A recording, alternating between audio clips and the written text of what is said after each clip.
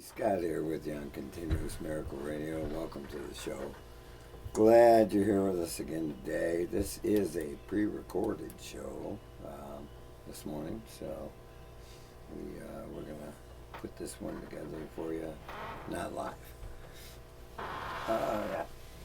Mike in studio. Hey, good morning, folks. Beautiful day today. I don't know how it's going to be in 1 year with this airs, but it's great today. It's not February, and it's not 20 below, and we don't have 35 mile an hour wind chills. Bonus. And we're in Michigan. So Yeah. the spring took its time this year, but I sure am glad it made it. Yeah. One of our previous shows, we had Brandon on with us. And Brandon's been clean and sober for 16 years, which is bona fide continuous miracle.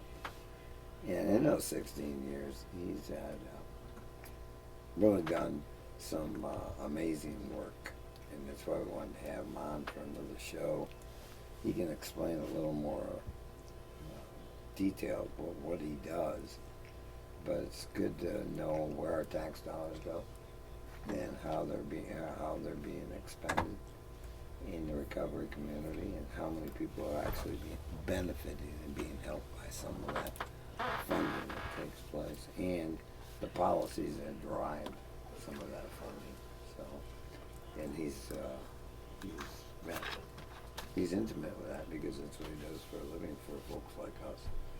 So, Brandon, I appreciate your service, and more importantly, your education. In our previous show, you mentioned you had a master's degree, and you did that all in recovery. So not only did you get sober, stay sober, but you went on with some continuing education, right? Oh yeah, lots of it. And where did you graduate from? Where's your master's? Central Michigan. Central? Okay. Yep. I have a master's in public health. Okay. Up there, Ferris, huh? No, that's Mount Clemens. Central is. Oh. Mount Pleasant. Mount Pleasant. Mount Pleasant. Okay. Well, I know None where of that us is. were right. I know where Mount Pleasant is. You gamble. He went there for something else. Not anymore. There's a school and a casino. Yeah, that's about it.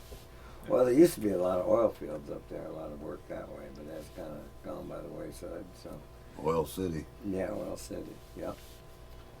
That was a while back. That was back 1800s. When I was yeah. young. Yeah, the 1800s there. Thank you, Mike.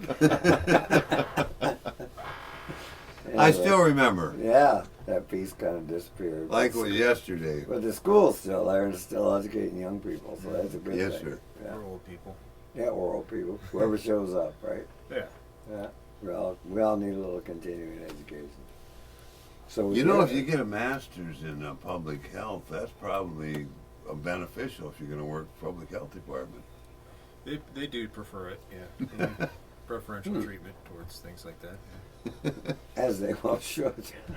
We like to have people who are educated, knowing what they're doing, making decisions, and driving some of the things that are helpful to the people, not just in the recovery community, but everyone benefits from that, actually. So you want to tell us a little bit about that piece?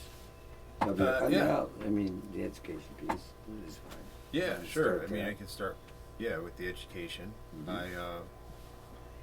I started, like we talked about in the last segment, I started really early on in recovery. Didn't really know what I was going to school for. Mhm. Actually, when I started my education, I decided I saw a lot of people who were in longer term recovery. They would go into the helping professions like public health or social work, or they'd want to be a counselor or a peer recovery coach. And those are all service positions. Right, and I said, I absolutely don't want to do that. I will continue to volunteer service. I actually want to not work with people, and I want to go into computer science. So you were wrong again. Yeah. Is that a As recurring usual. theme? Yes, I was probably wrong several times today. But yeah, so I initially went for my associates. I wanted to go for computer science. Okay. And so I took a bunch of computer science classes. I also figured it would be helpful if I got my GRCC offered an addictions certificate, and so for some of my what are they called, the classes you just take Electives. Electives, yes, thank you. Hey, when was the last time you were in school, sir? You mean when I got my bachelor's? Yeah. I was 88 or something like that when I got my bachelor's. But you still remember electives. I didn't. I You thought I didn't, was and making he that did. up. I'm pointing out the obvious. I thought I made it up, but it's just something working in my memory still. Bam. Just like that. I appreciate God it. Thanks for doing- being here. Well, God was doing for me what I couldn't do for myself. Bam. Show it off. Yeah, with the two of us together, we got a whole memory. Okay. This is awesome. I want to watch. Okay. Yeah, yeah. We'll just. We'll see what we can do with it. All right, keep going. So yeah, that's what I wanted to go for. I got the certificate. I got the computer science. I took a lot of classes. I applied to get into a 4-year school for computer science, and they told me no because of my felony record. Oh, that was a deterrent. Yeah. I didn't realize that. I had to I had to write an essay and to present to this board, and they said no. So there was a little frustration on your part. Yeah. Right? Yeah, so I kind of shifted my focus and started looking at, well, I went more on this, the addiction certificate side. So I already had a lot of the classes that were prerequisites for my bachelor's, which was community development that I found over at Central. And so I went to school online at Central and got my degree in community development. Okay. And then... Now you're gainfully employed during this process, right? Oh yeah. I Okay. had I had a young child, and I had 3 jobs at that point. And school. In school, yeah. So I point this out only so the listening audience understand. A lot of people who come into recovery, who have been at this a while myself, are when they get sober, stay sober, they are really high producing workers, whatever it may be, whatever field they're in, and it's really it's something to see when a person in recovery takes off in a professional development environment, how quickly they learn and can absorb and then can put into practice different concepts and ideas. So, and I believe that's attributed to being open-minded. Yeah, we have to hit the ground running. I mean, we're making up for lost time. Right, there's that piece. But then we're also always working against that stigma of, a lot of us have criminal records where we've always got to overcompensate for that criminal record. Sure. And that's actually, at the time when I was going for my bachelor's, I was working for a guy during the day. And like I said, I wasn't very good at construction. Well, he was really patient with me, and we were remodeling kitchens and bathrooms. So that was my day job. And he was actually in recovery too, the older guy. And that's what he said. He said the only way you're going to get past the stigma of that background is to overcompensate with education and qualifications. He was right. But yeah, and I took that to heart, and so I got that degree, that bachelor's degree, and I was getting the degrees for the jobs as I was getting them. Okay. So when I first started with the state of Michigan, that's when I went for my bachelor's degree. Or no, that's when I just got my bachelor's degree, which qualified me or made it easier for me to get into my first position at the state. Okay. And then I worked at the state for 4 years while I got my master's degree. And so then as I got a promotion there, I just got my master's degree. Nice. So You just kept going. I just kept going, yeah. Because most people get their degree and then they go for the job. Yeah. But I realized I was missing some of the connecting pieces with the work I was doing. So I was in there because I had the subject matter expertise, but I didn't understand the language that some of the people in that work were speaking in the public health world, as I'm working for the health department. And so That's a problem. yeah, they're using these scientific terms, and I understand some of it. Yeah. But I just don't understand how all the health systems work together, and I don't understand, how to process some of this data. Oh, who would walking in? Yeah. But yeah. I was okay with I used all the skills that I had. I was always all right. I was always pretty good with computers, And then I took the computer science classes, Mhm. which really helped me with the data aspect of public health, because I knew how data systems work, databasing, and then a lot of the computer programs that we were using for stats, reporting, surveying, that kind of stuff. So that really, I wasn't my plan again. Right. That wasn't how I was going to use my computer science education, but it has proved invaluable in my current work. Over the course of your career. Right. Yeah. Because one of the things I did when I went to the state, one of the tasks I first was assigned was to build a data collection system for community-based programs. I guess I'm fast forwarding a bit there, Mm-hmm. It's okay. but yeah, that was one of my first tasks, and it was something that other people who just had the public health degree wouldn't have necessarily had. Yeah, if you don't have a computer Right. degree, you don't understand. You don't know how to build a system. Right? I couldn't Right. build a system. How about you, Mike? Not a computer system. I've had systems built that were pretty screwy, but not a computer. How you doing with that new phone? Not very well. Okay, that's enough out of you. Okay. So, yeah, I mean, there's just a lot. Technology is in it. It's everything right now. Okay. And- Yeah. Obviously, you got AI coming on board and all that stuff. And I don't even understand all that. Probably don't need to. Yeah, we got AI, which simplifies a lot of the work. I've gotten over a lot of my fear that it's going to steal jobs. It's just going to change It's things. yeah. It takes away a lot of the mundane processing work and administrative work, but it's still new. Yeah, well, anything new is you're going to have some initial fear with it. It's normal. It's normal. Yep. But overcoming that, you know how to do that. Yeah, you just got to adapt, and you got to be able. Okay, AI is a part of this field now. How do we use it? How do we work with it? How do we Right. work around it? Right. And where are humans still absolutely necessary? Essential. Yeah. Yeah.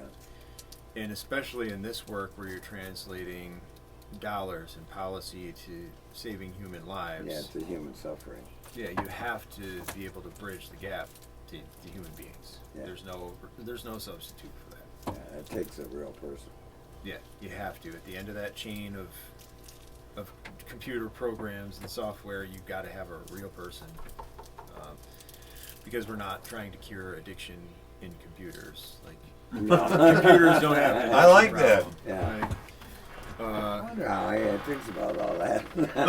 AI is funny about that. Messy people. Be real careful with AI. Yeah, I got no business. The thing is, AI really likes to agree with my bad ideas. Oh, that's terrible. I mean, that's what it does. It takes your own thoughts and it organizes them and spits them back at you. Oh, okay. And you build it to do that. You train it to do that. And to take outside information And then bring it back to you. and build your own thoughts into something more robust. Okay. And that's one use of AI. But yeah, I'm not an AI expert. I'm just No, describing no, how I know, how I I know. use it and how I know I see I got it off used. on that, but you say computer degree. I go, yeah. What about that? Because I know it's new. And my computer degree was long before AI was as big as it is now. But Well- we definitely see it. And yeah, so that's how my education came about. It was a necessity. Well, it sounded like it was a necessity if you were going to go into the field that you ventured into. Well, and I can tell you about how I got into the field. Okay. And like I said, when I first went to school, I was working 3 other jobs. One of those was construction. Second was cooking and delivering pizzas on the weekends. And the third was actually a volunteer position that turned into a job. And so before I got into recovery, I actually got harm reduction services from Red Project. So I would go to Red Project to get my sterile syringes. I would go there to get my Narcan. Red Project is a harm reduction agency in Grand Rapids. Yeah. And they, their mission is to improve the health and safety of people who are Keep active. people alive. Keep people alive and healthy. Yeah. We're gonna take a little break here. On Continuous Miracle Radio, here on 106.3 WGLM. We're so glad you're here with us this morning, talking to Brandon and learning a little bit more about how policy and things of that nature are developed and applied, and how it affects people's lives today. So come on back and join us right after these brief messages from our sponsors. This is Guiding Light, the MAC, and Randy's house. So come on back and join us right after the break. So glad you're here.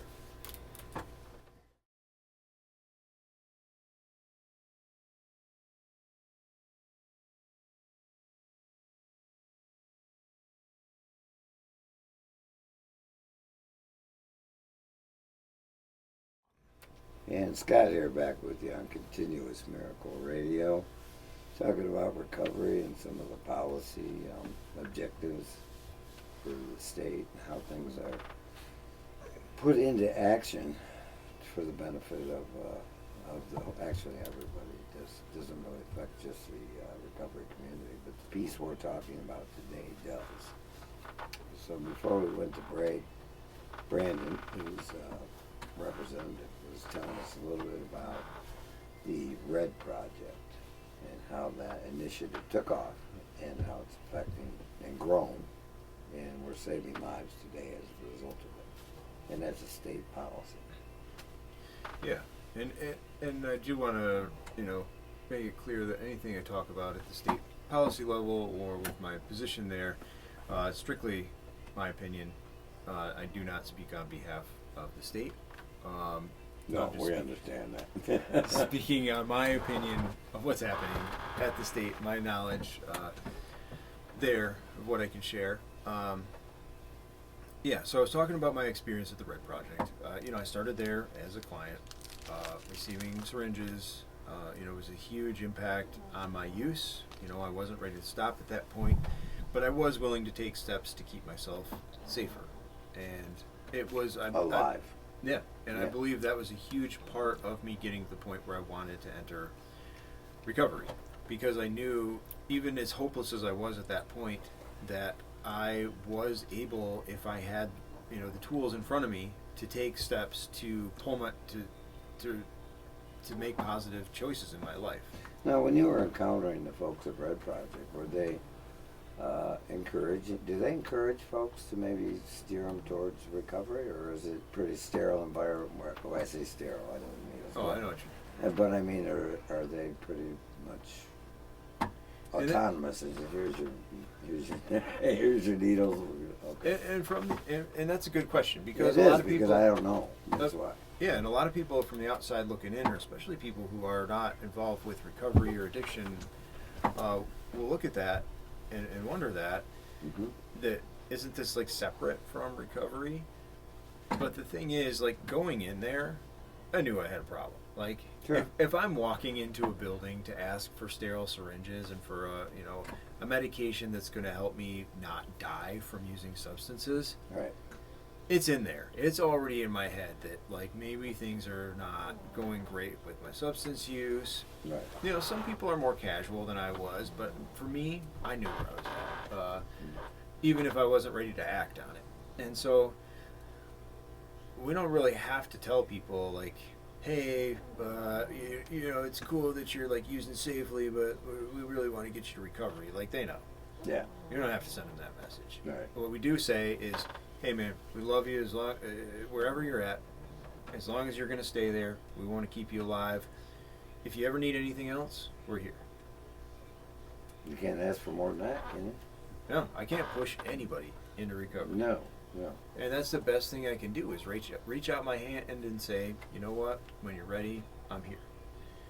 And typically, in the past, before these kind of programs existed, people were using drugs. They were just completely ousted from the community. Right. But this was my lifeline. Ostracized. Yeah. Yeah.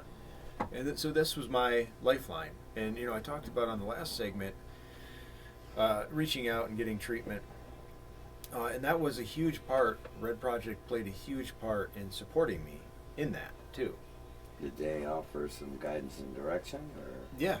I know Network 180 was part of that, but as well as... Yeah, and it was like, yes, call Network 180. If that doesn't work, we've got these resources over here. Hey, have you tried, this methadone clinic? Have you tried this program? And they supported me all the way through it. They didn't just say, okay, well, now you're going into recovery, you're kind of done with us. Yeah. I stayed in contact with the staff there the whole time I was in treatment. Nice. And yeah, and then as soon as I got out, I went back to volunteer. And that was a hugely empowering moment in my recovery, because I went in and I said, man, I really want to stay. I really like the environment here. I like how I'm treated. The first time I walked in the door, it was a huge Well, weight. you're not ostracized. They welcome you in. They're trying to help you stay alive, right? Yeah. And so you get a little better, and you come out of treatment. And you want to obviously try and give somebody back at that point. Yeah, and I want that, and I want to be involved in that. And I said, can I volunteer? I know I don't have any qualifications, and that's when they said, yes, you do. You have the most important qualifications here. You have the experience, and you can connect with people, and they'll trust you. And so they trained me to do HIV, hepatitis C testing, taught me how to run the syringe distribution and Narcan distribution, trained people how to use Narcan. At the time, it was only available in the injectable form. Okay. So we had to do a little bit of training with that. And people didn't trust it, right? Because it was so hard, it was so obscure. Well, it was new. It was new. Yeah. It wasn't new. It Well, was it's more it was more new to available. us. Yeah. Yeah, And more yeah. available. Yeah. yeah. Narcan's actually been around since the '60s. But the availability of it. Right, the availability of it. So Right. people, a lot of times, their only experience was like watching Pulp Fiction, Yeah. and we're like, "Don't do that. Don't I was gonna say probably not the best Don't- example. Don't jam it in their heart." And they're Try like, that. "Well, we'll try this, but actually, we know how to get people out of an overdose, right? You just take ice, you stick it down their pants, you No. burn them with your lighter. We heard all these solutions to overdose. We're like, no, this stuff actually works, and we had to build trust with the community. Sure. No. And we know, everybody knows Narcan works now. Yeah. So yeah, I came in and I started volunteering, and I was working my 2 other jobs. I was going to school, trying to raise, shortly after I was trying to raise a kid, and yeah, I didn't want anything. I just wanted to volunteer there. I just wanted to go and Be a part of. just be a part of and keep talking to the people who were out there struggling, and that's all I wanted. I never thought of it as a job. There was only one person there that was getting paid part-time. Everybody else was a volunteer. Yeah. I found that service, volunteers service is, it takes a special person to want to do that. Because it has to come from the heart. Okay. And then where you learn to get in touch with your heart is through the recovery process. Yeah. And so you want to get back at that point. It's not a do-good thing. It's my heart's been opened up to the suffering I've had, and now I want to try and help somebody else. And I think that piece is missing, in general. We don't really talk about it that often, but that's where it has to come from, is within. And so thank you for your service. And Thank you. wanting to be directed, or willing to be directed in that area, and then taking the action to follow through. So. Yeah, thank you. That comes with a bar too, right? Like, so as I volunteered there more, we were able to stabilize our services, build up, and we started getting grants. Okay. So we had steady income. And once they start paying you, it's not really service anymore, right? Well, no, to a degree it is. It's still working there out of the heart. Right. Still out of the heart. The pay was not great. Right. The pay was terrible. And I gave. And grants only come if you're producing good results. Okay. they only materialize when you can show what you're doing. Right, and in the harm reduction space, because it's so contested, because there's so much stigma around what's Absolutely. actually going on, we had to triple prove our effectiveness all the time. We had to triplicate every data point we were collecting. We had to show evidence at every point to get pennies. Yeah. But you're used to that. Yeah. Overachieving. Yeah. Yeah. Well, They condition us listen for to it. your story. You're used to that. So like, the right person was in the right place to do that job at the right time, and continues to be. So go ahead. Right, and I mean that's what happens. Yeah, I'm there. I'm open to what's out there, and that's the story of my recovery is just being open to whatever's in front of me, and so Well, it yeah. has to be. Well, it has to be, but it should be because you'll never make those discoveries if you're not open to what comes next. No, and there were people telling me that, like, you know, you're exhausted, man. Why are you going to volunteer tonight? Why are you spending your Saturdays there? You need a rest. Or couldn't you like pick up an extra shift at the pizza shop? Like, couldn't you work afternoon, the lunch hour too? I said, no, I got to do this, man. I got to go over there Saturday afternoons, and Mondays, Thursday nights, and do this. And so I eventually got paid for it. I ran the site that I was at, and then ran the whole program because the harm reduction, the needle exchange service was just a part of Red Project, as most. At the statewide level, or 7 counties. I was just in Kent County. Just can't. Okay. Yep, sorry. And so that's just Red Project's just in Grand Rapids, in the city of Grand Rapids. And so yeah, I mean, there was 4 other harm reduction programs in the state at that time, and 3 of those other ones, they're just the needle exchange. The harm reduction part is just a small part of their overall services. Those other 3, just like Red Project, were aid service organizations. That's what I was driving at, because when they walk in, the services you discovered there are still available, right? Right, and it's a primary, a much larger part of their service delivery now. But Right. what it was is these HIV organizations were, you know, primarily serving the sex transmission of HIV, that Right. population. But then they found out, like, hey, there's this intervention that's 80% effective for people who inject drugs and get HIV that way. Syringe exchange, we should just do that. Oh, well, that's great. It's easy. It's cheap. Genius. Oh, don't do that. Yeah, the genius. Don't do that. That's bad. That encourages people to use drugs. Right. That's where your stigma comes from. Right. And I didn't need any encouragement to use drugs. Like, Yeah, most addicts don't. Yeah. no, I dig a needle out of the trash. You know, I'd find a needle. Like, Yeah.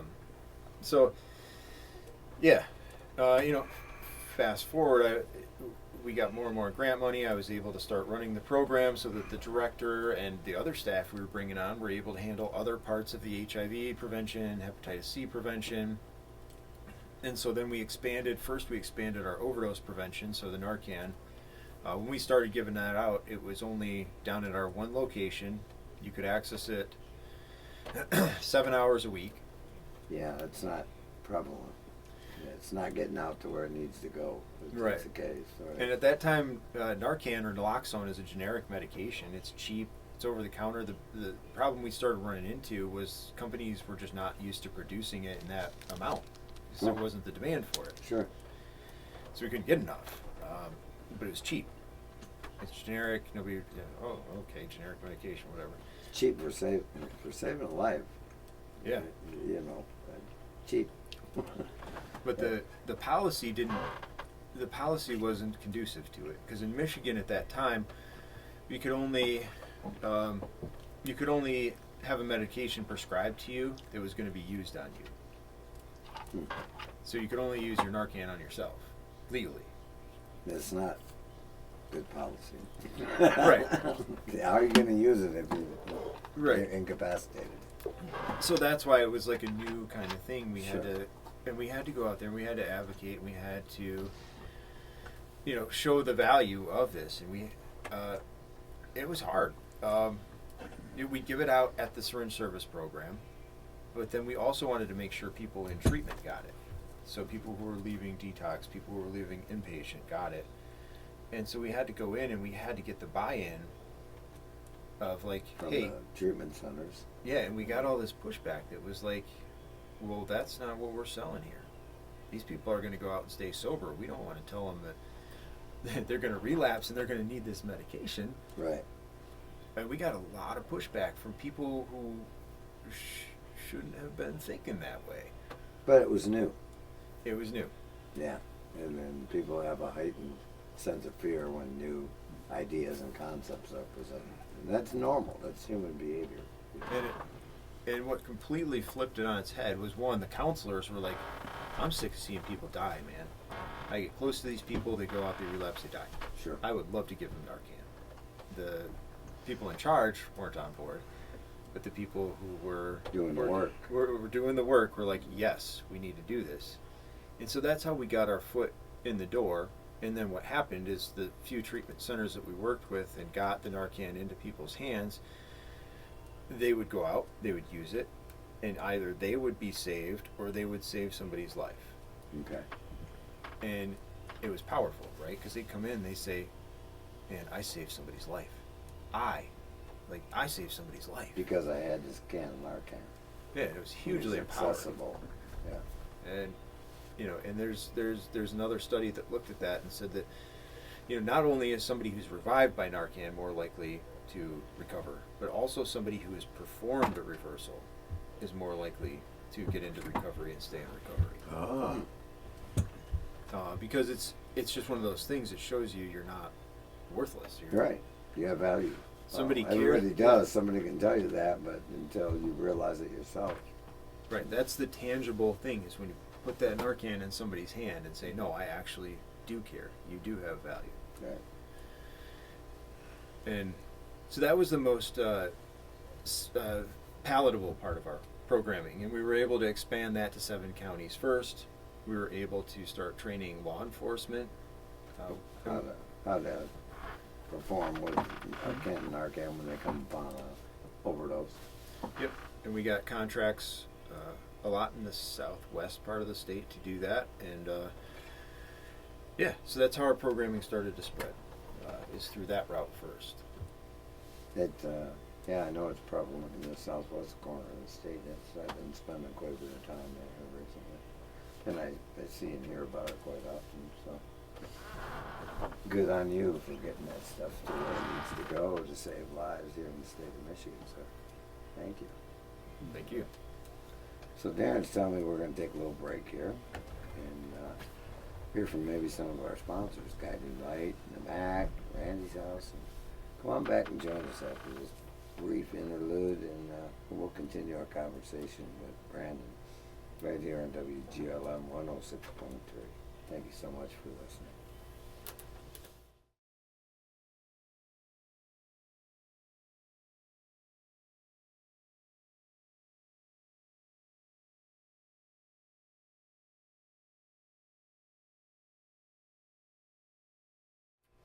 Hey, Scott here, back with you on Continuous Miracle Radio. Thank you again so much for listening. Having a conversation with Brandon this morning, and Mike's here in studio with us. He gave us some contemplative thoughts during the break. I'm awake once in a while, folks. He was thinking deeply about what he wanted to ask of Brandon. And Scott was worried I was dropping off to sleep, but I was thinking. Same thing. Meditative state. Okay. Mike in meditation. I'll be back, folks. Thank you. So we were talking a little bit before break about some of the things that have been developed over time with the Red Project and the needle exchange, and Brandon was sharing a little bit about during the break about how they quantify all the pieces of that, and it's quite a task. From what he described, it is quite a task, and thank you for your service, because I know that's what it is. But trying to, we were talking about the city and the rural, and how the differences, kind of allocating resources to the different areas, and how sometimes that looks different, right? Based on some of the evidence that you guys accumulate. Correct. Yeah. And so where I left off, talking about Narcan and how we were, getting these contracts and how we were facing this resistance. Now, Red Project wasn't the only one doing that in the state. We had, Harm Reduction Michigan up in the north. And Red Project, we didn't have the expertise. We work in the west side of the state. Okay. And we're primarily in Grand Rapids. And then you've got an agency like Harm Reduction Michigan doing the same work, but they're covering, 10 rural counties Right. trying to do the same thing with kind of like a different set of resources and a different types of stigma. The needs are the same, but The primary need is the same. Like, people are overdosing and they need this medication to live. right. They need sterile syringes so that we don't see HIV outbreaks, which we have seen in some of our northern counties, actually. And that's what really led to the proliferation of harm reduction services, even though there's been a federal ban on funding harm reduction since 1988. That ban got loosened back in 2016, Okay. actually, or 2016, as a result of HIV outbreaks in rural areas, Huh. because we saw this shift in the trends of how substances were being used and what the risks were. And so we still see the outbreaks in urban areas, but now, especially with the rise in prescription opioids and people injecting prescription opioids like myself, now we see the same issues in rural areas with very different challenges. Yeah. So as we're trying to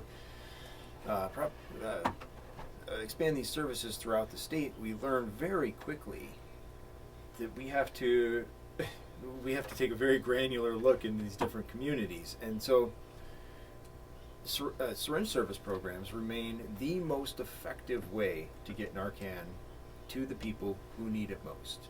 Yeah, Okay. the vending machines are great, the police having it are great, the hospitals, pharmacies, Libraries. that's all great. It gets it into the hands of some people, but syringe service programs, primarily, that's how you get it into the hands of the people who need it most, or most likely to overdose, because they come in for the syringes, you give them the Narcan. Yeah. So in Michigan, syringe service programs are legal under state law, but we're a home rule state, so if a local law doesn't directly contradict the state law, they can actually make it illegal. And because of the stigma and because of the drug war in the 80s and 90s, Yeah. a lot of local governments have banned certain service programs. I wasn't aware of that, were you? No, I wasn't. No. And so they just don't exactly contradict the state language.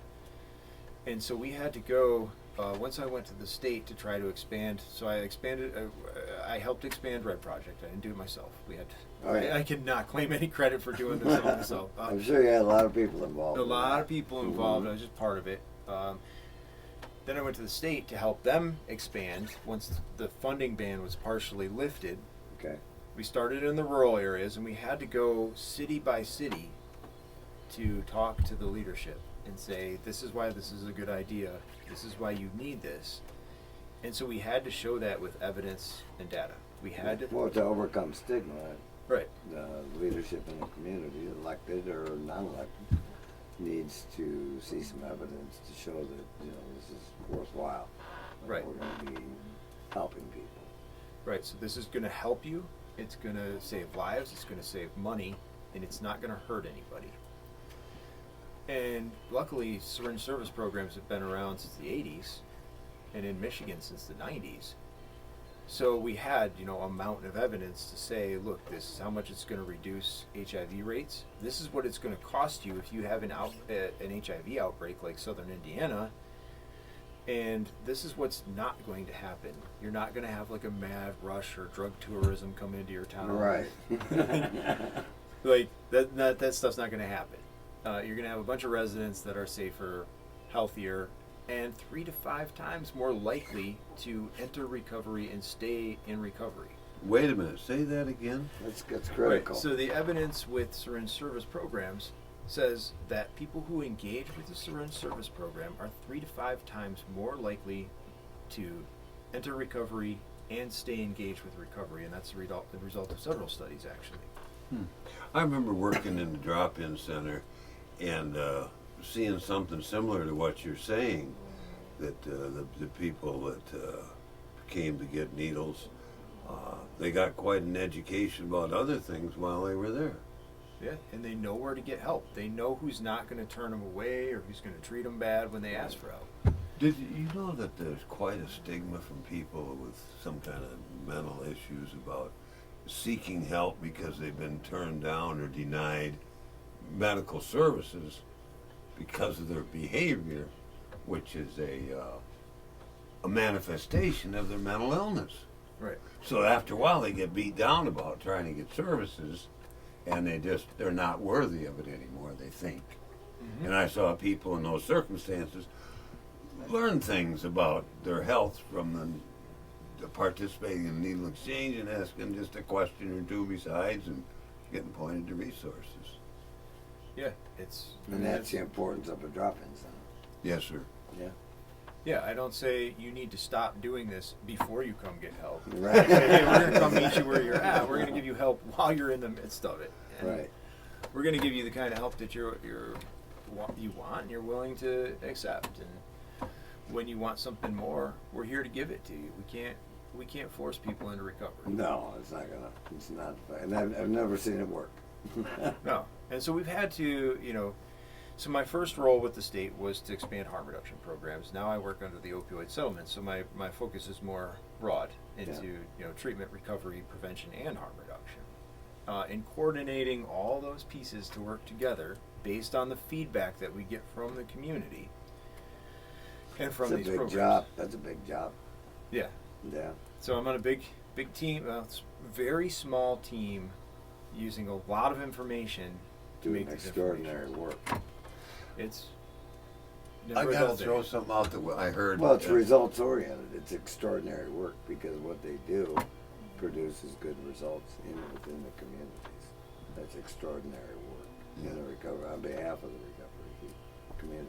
Yeah, what I was going to say was this guy with his computer skills from back in that he couldn't use with the felony and all that stuff, he was able to use that for the data collection for this stuff, and it was specific about this information you wanted, so it was able to help you understand trends, is what I heard. Right, and that's what we were talking about during the break. So one of my first tasks when I came in as a harm reduction analyst to the state was to design a data collection platform that could capture accurate data as we expanded harm reduction programs, capture accurate data that we could actually use to make funding decisions. Because the problem in public health or public services, you always have limited resources, and you have to make decisions where you're going to get the most impact. Right. You want to make sound fiscal decisions to the most impact to the most people in the Right. positive. Yeah. Okay. I understand that part. Right. So, yeah, and so we've had to look at that different approach, and around the state, it's important to recognize that the policy, like at the state level, the state versus local policy, and even the federal versus the state policy. So we see these federal policies coming down, which affect federal funding and regulations around programs.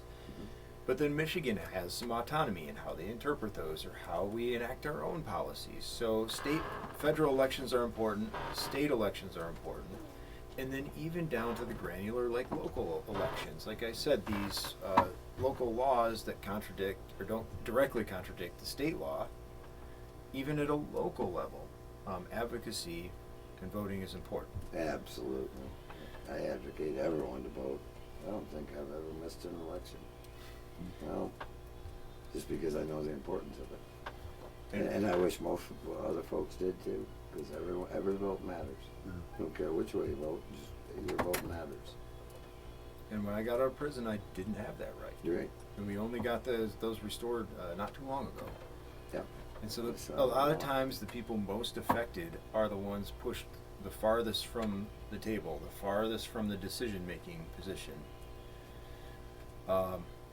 But there's still a lot of ways to get involved in advocacy outside of, there's voting, but there's also, we were able to change some of these local policies by just pointing it out to local leaders, the benefits. Having a conversation. Yeah, and they're people, they say, oh, this makes sense. Well, a lot of people, the listening audience, are unaware just unaware of it. And when we become aware of it, then we can make a reasonable decision based on, evidence presented. And that's a lot of these like local governments. They had these really restrictive laws around substance use, Sure. and they'd been on the books since the '80s, and nobody ever opened it up and said, it doesn't really make sense anymore." Yeah. Well, the war on drugs and that whole thing didn't work very well. So Right. now we're taking, it's 2026. It's 2026. we're going to That's do a things a little long time differently. ago. Yeah. Yeah. Try to keep people alive Yeah. and give them an opportunity to recover from addiction in general. And the other avenue that we have now is these opioid settlements. Right, so all the states in the U.S. filed lawsuits with these opioid manufacturers, Right. distributors, the marketing firm that told doctors that this was safe and non-habit forming. Your business back 30 years ago wasn't affected by that, was it, when you were exchanging the pot for... Yeah. Oh, No, I mean, maybe they should come after me. But they didn't come after Motivator. doctors either, who were... Yeah. Let's not. Yeah. I don't want to go down that road. No, it's Okay. not, today's not the day to open that can of worms. But and so these settlements now that are coming in, half of the money goes to the state and half goes directly to these local governments, which have never really had resources or expertise to direct towards substance use. Right. And so that's what we see too on the local level. That a lot of times They need people some guidance. they need some guidance. Yeah, and how can we be most effective with these funds that we've received to try and help people? So it opened up a whole new avenue of service to the local community. Right. The response actually has some teeth. They can actually take some action. Yeah, do Yeah. something. Right. And at the state, we try to provide as much information as possible. Like I said, I've designed that data. I don't want to say I did it myself. No, I worked on a team to design this data collection platform. We have other platforms. We monitor public health data. We monitor program data. And that's all available to the public. And the local government And the officials. local governments. And you said you go into the you visit many local rural community governments where when it is explained to them and they're shown the data, then they can make reasonable decisions, Right. Yeah. Right, and they still have that. They still make their own decisions. Yeah, Like they're the on state top. doesn't. Yeah, and and it's important because they have different needs. We talked about transportation as a rural need, and not so much an urban need because a lot of times we have public transportation, Sure. and not as urgent of a need. Different types of housing, like a big housing complex is going to work in an urban area, whereas spread out smaller housing for recovery housing is going to work in a rural area. Yeah. It's going to be close to businesses, whereas in the city, they just have to be on the bus line. Yeah. So accessibility is a factor. Yeah, and it varies, and so, yeah, I mean there's room for policy advocacy at the state level, at the federal level, at the state level, and at your local level. Now there's much more action you can get involved with. I heard something at the event Friday that said that where you live shouldn't determine the quality of your health care. And that happens so much in a rural area. It does. Mhm. It does. And or if you're off the bus line. Well, yeah, living in a rural area, you don't have the accessibility, hospitals, etc., doctors. Everything is, you have to travel and everything. Yeah. But we choose to live in a rural area, too, and that's that other piece of it. Some do. I mean, Yeah. some people can't get out of it. Yeah. I was born out here in the sticks. I just never grew up enough to move out. Yeah. Trapper Mike. Yeah. Still on muskrats. Yeah, well, that was a whole Silver. other conversation. That was a whole other conversation for another day if you want to hear about that. Yeah. I already know about it. I don't have to hear about it. Well, you learned about computers. I learned about trapping furry little animals. Okay, we work with what we got. Here we are. What a miracle. All in the same room. That's Yeah, I'm right. still sober. And actually having to have a relevant conversation about helping people. Yeah. I'm glad I stayed awake for this. Doesn't matter Yeah, where thanks. you come We from. appreciate it. Okay. Oh, look, Mike's here. Oh, So, good hope. Yeah. So anyway, we hope you enjoyed today's show. I certainly have, Brandon. Thank you so much. coming in once again and being part of the show. Thanks for having me. Yeah, we appreciate all you do in this recovery community with things that you've done and continue to do, because it's obviously there's tangible evidence that what you do is having a profound effect on people's lives. Well, thank you. What a miracle. What a miracle. It's a miracle. Continuous, if I heard it right. A continuous miracle, because it only happens a day at a time. Individual, a situation at a time. And thank goodness we have folks like Brandon out there and many others in the recovery community doing that on our behalves a day at a time. So this is Scott here on Continuous Miracle Radio signing off. Thank you again so much for listening to 106.3 WGLM. Come on back and join us again next week.